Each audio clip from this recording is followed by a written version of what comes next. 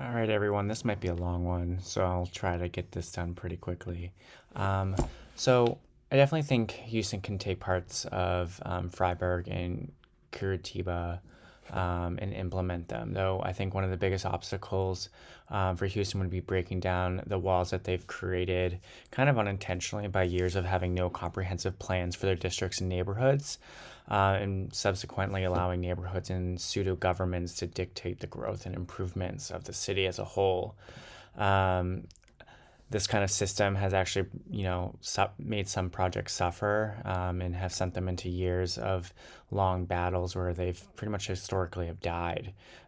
This will also need, they will also need to find ways through like restructuring their tax structure and budget to find ways to be a little bit more self-supportive and less reliant on federal monies to get projects off the ground.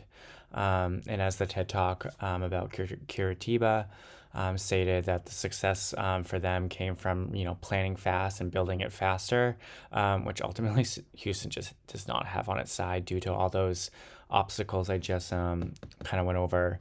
An example would be Houston's Metro Rapid bus system, which similar to Curitiba, it's the rapid bus route with its own dedicated lanes to move through traffic easier and quicker. And it's relatively quick in intervals with 15-minute time gaps between pickups. But currently, Houston only has one rapid bus system, which is called the Silver Line, and it's only 4.7 miles long. And it services more of their commercial district where like the Galleria Mall is and other kind of shopping districts. But it does connect to three traditional bus routes. This project, though, was initially part of a bigger project back in 2013, and it has changed multiple times, mostly due to funding and lack of community support. And the Silver Line only opened up actually recently in 2020, so actually in the middle of the pandemic. One good thing, though, out of 2019 is that voters approved a 3.5 billion with a B bond to support a 20-year vision called Metro Next. 500 million of that 3.5 billion is actually coming from the metro budget. Otherwise, it's other monies from the city with a $3 billion match, hopefully being attained through federal funding. So that's kind of concerning in regards to the success of the 20-year plan if they're not able to actually secure that $3 billion in funding through the federal government. And part of the Metro Next plan actually has two additional lines being proposed. One's called the University Corridor, and the second is the Katy Corridor. The University Corridor is by far the largest and the most far along in the planning and implementation process.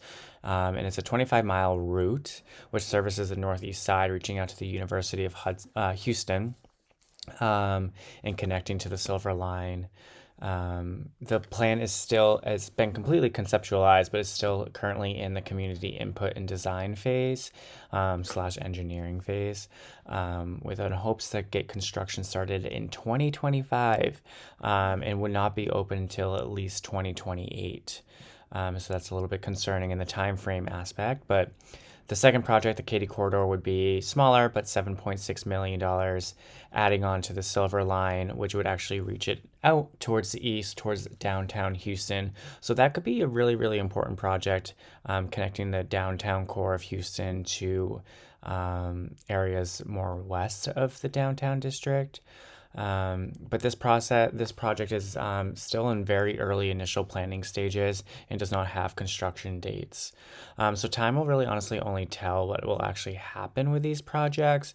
But again, as I mentioned, it's going to be crucial for Houston to get going and getting these projects off the ground and built pretty fast. Um, Otherwise, I definitely see myself living in cities like Freiburg or Curitiba, where it's a lot of public transit, pedestrian friendly, just overall more sustainable. Initially, it would take a little bit of adjusting because currently I have a round trip commute of 2 hours.